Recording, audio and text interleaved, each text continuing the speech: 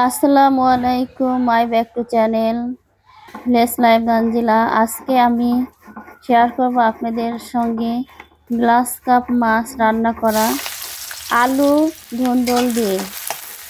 কড়াইটা চুলাইতে দিয়ে দিয়েছি, এখানে পেঁয়াজ কুচি দিয়েছি। পেঁয়াজ কুচিটা কিন্তু আমি ভেজে নেব। এরপরে আমি বাটা মশলাগুলো এখানে দিয়ে দেব, রসুন বাটা, জিরা বাটা। মশলাটাকে আমি একটু ভেজে নেব। মশলাটা আমার ভাজা হয়ে গেলে এখানে সামান্য পরিমাণ পানি দেব। মশলা ভাজা আমার হয়ে গেছে, এখানে একটুখানি পানি দেব।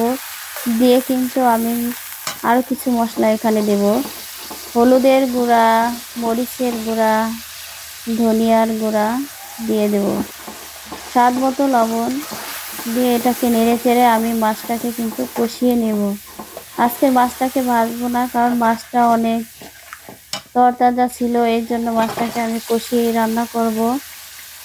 মাছগুলো আমি এখন মশলার মধ্যে দিয়ে একটু পানি দিয়ে কিন্তু মাছটাকে কষিয়ে ঢাকা দিয়ে একটু তারপরে আমি মাছটাকে রান্না করে নেব। মাছটা আমার কষানোর জন্য এই যে ঢাকা দিয়ে দিলাম। তেলটা উপরে উঠেছে, আর একটু পানি দিয়ে মাছটাকে কষিয়ে নেব। মাছটা কিন্তু আমার কষানো হয়ে যাবে, এর জন্য আমি একটু ঢাকা দেব আবারও। এই যে ঢাকনা দিয়ে দিয়েছি, উপরে পানিটা কিন্তু ফুটে উঠেছে। মাছটা আমার কষানো হয়ে গেছে, এখন মাছটাকে আমি উঠিয়ে নেব।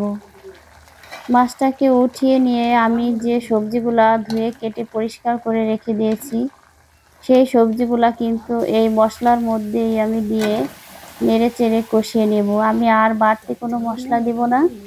এখানে দিয়ে দিলাম কাঁচামরিচ।